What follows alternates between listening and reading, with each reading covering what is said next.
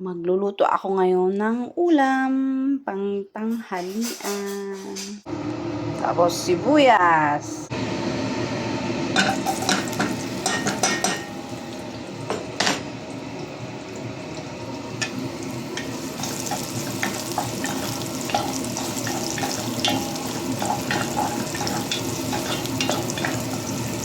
Yan, lalagay na natin yung alugbati.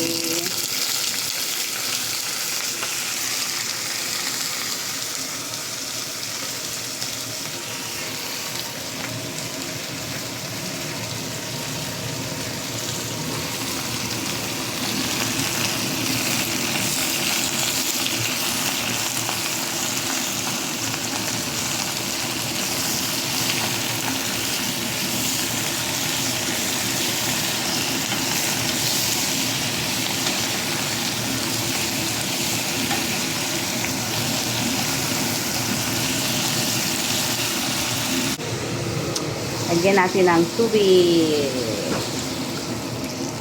Opa!